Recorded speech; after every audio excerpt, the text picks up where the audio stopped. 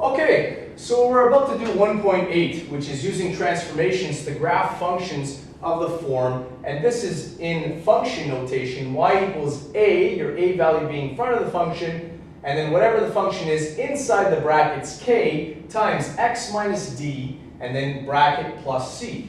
So all of a sudden, we're changing variables on you.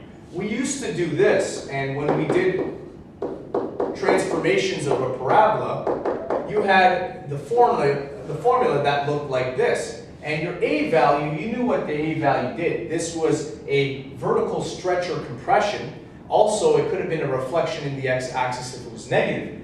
Your h value, that is what's going to dictate if the function is going to travel left or right, or slide left and right. It's called a horizontal shift to the left or to the right. And then your k value, that was going to dictate whether the whole graph shifted up or down. So now, all of a sudden, we also included another variable that is in front of your x.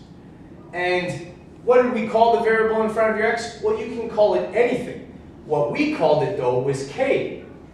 Now, there's a problem with that, because if we call this k, the number in front of the x, but this is called k, now we got to rename that, and then maybe we should rename that one, and maybe let's leave the a alone. Now, the reason they do all this is not to confuse you, it's actually to confuse you less, because you have to realize that all of these letters are interchangeable. Someone came along and called this y and called the horizontal axis x. They could have called it a and b, they could have called it moon and star. They could have called it anything. However, they called it y and x. So we have to be able to not only know where your a is located, but what the a does. It doesn't have to be called a, we just have to know that the a that's in front of the function is your vertical stretch or compression. We have to know that the k value that is inside of the function being multiplied by x is your horizontal stretch or compression. We have to know that this value, which was originally called h, but now we're going to call it d, that is your shifting left and right, and we're going to call this value that's after your function, outside of the brackets, your c value, which originally was called k, but now we're calling it c. That is your shift up or down. So don't get confused by the fact that we've switched these letters on you. This is actually to make you less confused, so you understand that all these letters are interchangeable, and we can call them whatever we want. We just have to know where to find all these letters and how to apply those transformations. Now, it's very important that you know that this f is not a transformation. That is for any function. This is in function notation.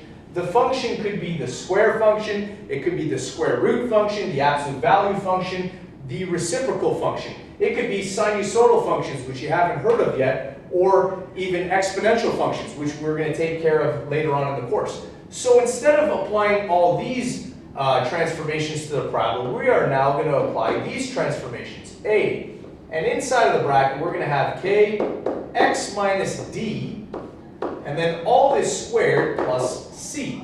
This is going to be our new formula for every single transformation possible. There was something missing last year, and that was the horizontal stretch and compression. So that's what we've added. Please don't get confused again that this is not that k value. This is k, meaning your horizontal stretch or compression. Again, vertical stretch or compression, or a reflection on the x-axis if it's negative. This is a horizontal stretch or compression, and it could be a reflection on the y-axis if it's negative. This d value, if it's positive, it's a shift to the right. If it's negative, it's a shift to the left. And this c value, if it's positive, it's a shift up. If it's negative, it's a shift down. And we should be able to apply this not only to the square function, which is our parabola, we should be able to apply it to the square root function, in which case the only difference is our parent function is the square root. We'd be starting with the square root function and then applying all these transformations accordingly. And we should be able to apply those transformations via picture, via table of values, or we should even be able to list the actual transformations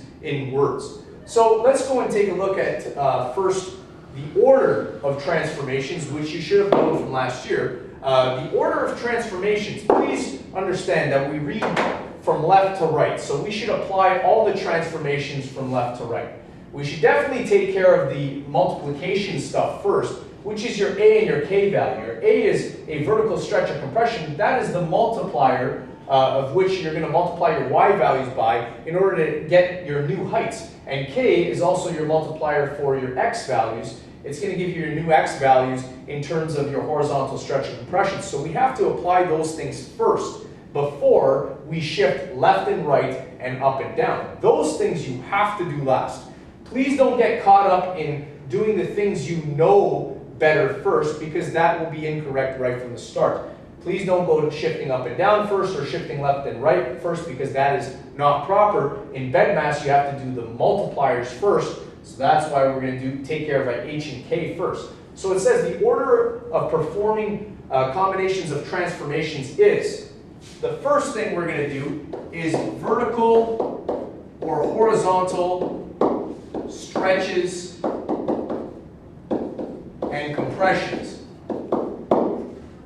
The second thing we do is reflections, and that can be a reflection on the vertical axis or horizontal axis, okay? Depending on where the negative sign is. And then the last thing, you're going to do your shifts. Okay? Your shifts up and down, or your shifts left and right. Shifts or translations. Okay? And that includes shifts up and down and left and right. So it's very important you understand that number 1 and 2 actually, you can do your reflections before your stretches and compressions. You can actually do them at the same time. But one thing's for sure, you definitely have to take care of these two things first before you go to do your translations, which is shifting left and right and up and down. So let's take a look at example 1 here. It says complete a table of values for each. So we are now comfortable with doing all of our transformations from grade 10, and now we've applied one more transformation yesterday from grade 11, which was the horizontal stretch and compression along with the reflection in the y-axis. So it wants me to fill out this table of values. Now, it wants me to graph the very end, the final graph and the parent function. But it wants me to come up with this table of values according to how they have it planned out, schemed out for us. We want to start with this, and we want to end with this, okay? So the starting graph here, the parent function, is y equals the square root of x. We should know how to draw that. And again, no negative numbers. 0, square root of 0 is 0, square root of 1 is 1, square root of 4 is 2, and square root of 9 is 3, and the square root of 16 is 4. 5 points is more than enough for us to get a good indication of what this looks like. And then let's apply the transformations as we know them. This half, you have to ask yourself, that is a transformation on my x or my y. It's clearly a transformation on my y values because that is my a. That is in front of the function, it's not inside. Whenever something is inside, that changes your x values. Something is outside of the function, it changes your y values. This is your a value, and this is a vertical compression by a factor of a half. So I'm going to leave all my x values alone because I'm going to vertically compress all these by a factor of a half. 0 times a half is 0. 1 times a half is 0.5. 2 times a half is 1. 3 times a half is 1.5. And 4 times a half is 2. Vertical are my y values. That's why the y values are the only things that switched. Then, go to my next transformation. My next transformation is there is a 2 inside of the function. So I already took care of the half. Now I'm going to take care of this 2 inside. From our last lesson, we know that if the 2 is inside of the function being multiplied by the x, that is a horizontal, not stretch, but a compression by a factor of 1 over 2. So that is a horizontal compression by a factor of a half. That means all of my y values will remain the same, and it is my x values that will be compressed by a factor of a half. So that times a half is 0, 1 times a half is 0.5, 4 times a half is 2, 9 times a half is 4.5, 16 times a half is 8. Continuing this, I've taken care of the half, I take care of the 2. Now I got to take care of the negative sign out in front. Again, that should affect my y values only because it is outside of the function. So my x values will stay the same. And it's my y values that will be multiplied by a negative.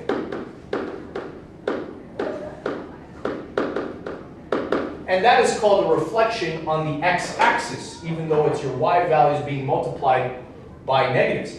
Then, next thing we're going to do, we took care of the negative, we took care of the half, we took care of the 2. Now there's a negative in front of the 2 inside of the function. If it's inside, that changes all my x values to negative, even though that's a reflection in the y-axis. All my x values are multiplied by a negative. So my previous y values, I'm going to leave them the same. And it is my x values in this step that will be multiplied by a negative. So multiply all those by a negative for my previous graph. And I'm going to end up with this. Then, I took care of the negative, took care of the half, took care of the negative, took care of the 2. Now I've got to take care of this x minus 5. Now from last year, this is inside of the bracket. This is a shift to the right by 5. So shifting everything to the right, that's going to affect my x values. My y values will stay the same. And I'm going to shift everything to the right by 5. So all these shifted to the right by 5. 0 plus 5 is 5. That's 4.5. This plus 5 is 3. This plus 5 is 0.5. And this plus 5 is negative 3. And then finally, the last transformation they want to take care of. I took care of all this stuff. Then 5, I have to take care of this 4 now. And taking care of the 4, that is outside of the function. So I know that is a shift up by 4. So that doesn't affect my x values at all. That's going to affect my y values only. So affecting my y values only, my x stays as 5, 4.5, 3, 0.5, and negative 3. And I will shift all my y values up by 4. That plus 4 is 4, that plus 4 is 3.5, that plus 4 is 3, that plus 4 is 2.5, and that plus 4 is 2. So now, this is my final graph. So I would like you to graph this graph there, the final, and I would like you to graph the original on the same table of values, on the same axes, and see all the transformations that happened, and be able to say these in words as well. Okay, so let's take a look at example 2. Complete the table of values for each of these. As you can see, we're going to start off with y equals the absolute value of x. And we want to end off with all of this stuff here. Y equals negative 2, absolute value of negative a half, x plus 3, minus 4 afterwards. So eventually we'll get to this final product, but we want to start with the absolute value of x and apply all these transformations in the order they're asking us to do them in.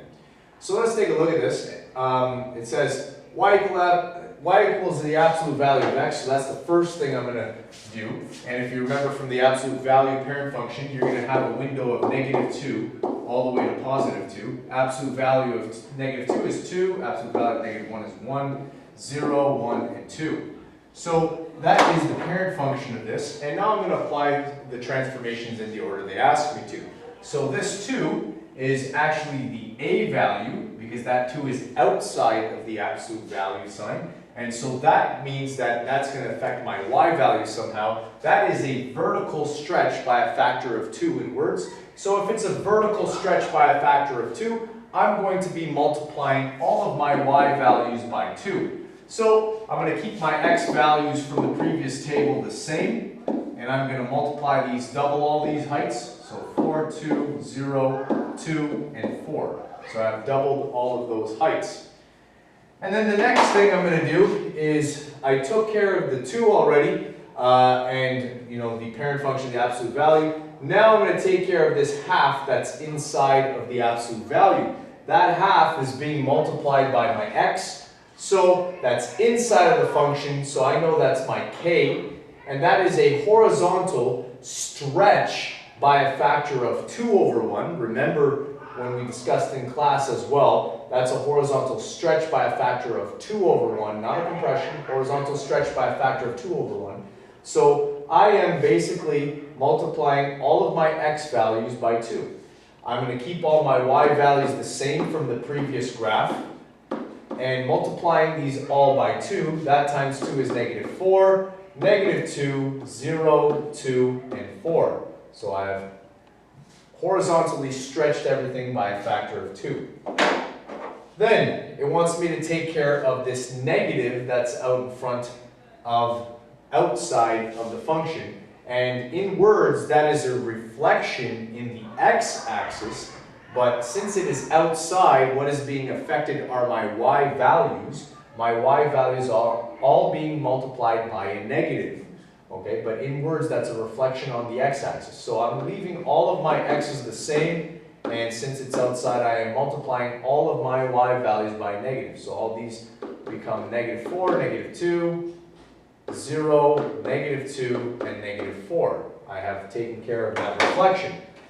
Then, coming down to here, I took care of the negative, took care of the 2, took care of the half.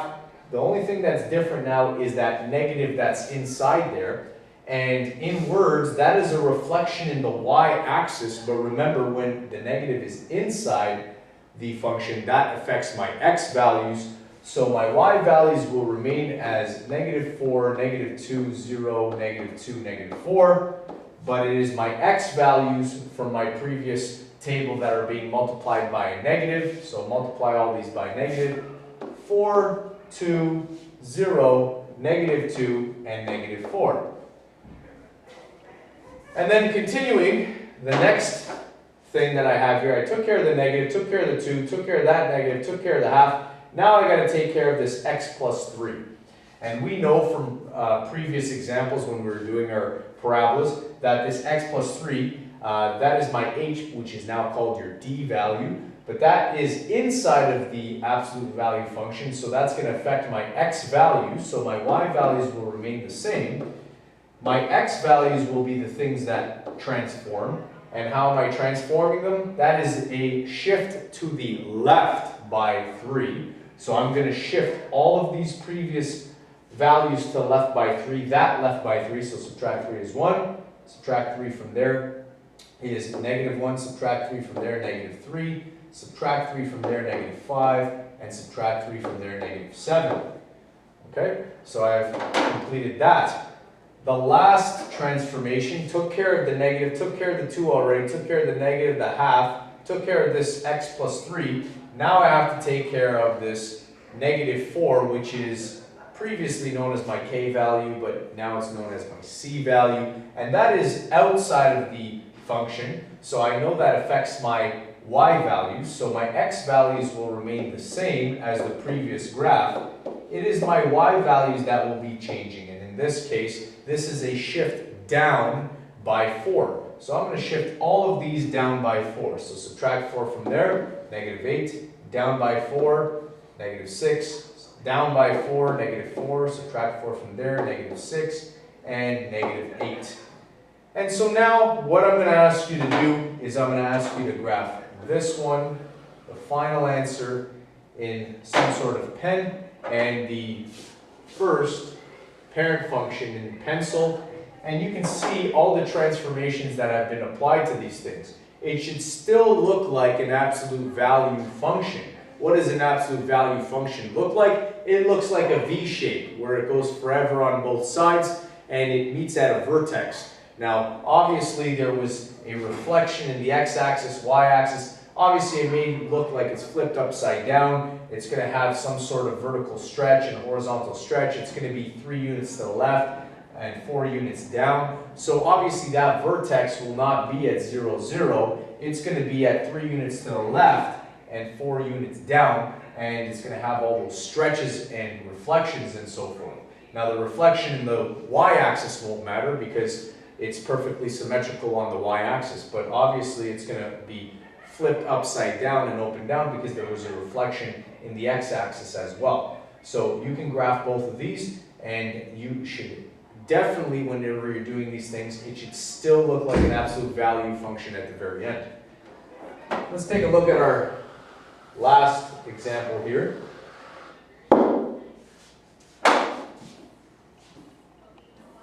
Actually, that is our last example, so perfect. So you can stay tuned to the review. So tonight you're going to finish this, and we're going to do the homework in class tomorrow for 1.8. But as your homework for the next night, it will be your review, and I will be posting up a blog on the review, and what you should be doing for your review for the unit test.